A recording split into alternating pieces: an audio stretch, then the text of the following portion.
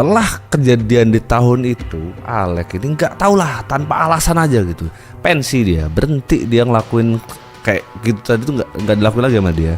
Berhentilah dia ngelakuin aktivitas itu selama 9 tahun ke depan sampai di tahun 2021 bener-bener nggak ada lagi kejadian begitu. Dan nggak ada alasannya apa gitu, bukan karena dia udah kali ya atau dia bete atau apa, nggak ada, bener-bener emang nggak mau aja gitu dia. Nah di tahun 2021 itu umur dia udah 30-an lah, 30-an 31-an gitu. Di umur-umur itu barulah dia kepikiran untuk comeback lagi. Dia balik lagi untuk lakuin itu, tapi kali ini bener-bener lebih rapi, sistematis gitu loh, terencana. Setelah 1 dekade di vakum, si Alek ini mulailah dia kepikiran lagi untuk ngisi kotak ketiga nih. Dan kejadian yang kotak ketiga ini sama di tempat yang lu pada pasti udah tahu di mana. Gak lain gak bukan di Taman Bitsa Park seperti isian kotak pertama. Bedanya waktu itu kan teman-teman dia lah ya, karena masih remaja. Sekarang yang dia ajak ini temen dia ketemu kenal gara-gara catur.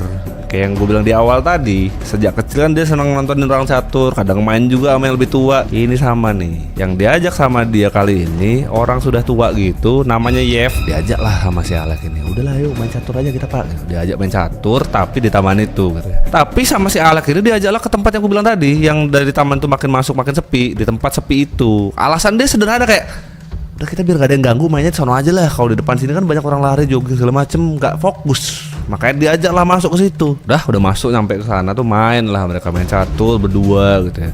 Main catur ini sambil ngobam lah mereka berdua nih. Jadi diajak lah si Yev ini ngobam.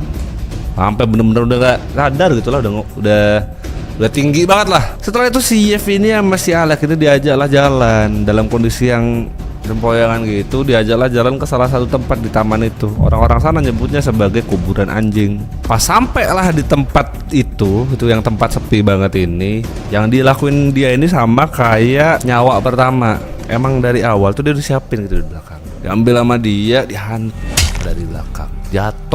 Udah jatuh gitu masih digas terus sama dia, digas berulang-ulang kali. Ketawa lah dia ngegas gitu. Sampai bener-bener udah nggak bisa gerak lagi gitu. Terus habis itu sama skemanya kayak yang pertama tuh, karena dia ngerasa yang pertama dulu efektif gitu ya, ini lakuin lagi sama dia. Pas udah gak gerak lagi segala macam, tinggal langsung ditinggal. Dan hasilnya sama persis kayak kejadian yang pertama, lolos aja gitu. Entah kayak mana cara dia lah, rapih banget. Karena dia ngerasa ini cara yang paling efektif, dilakuin itu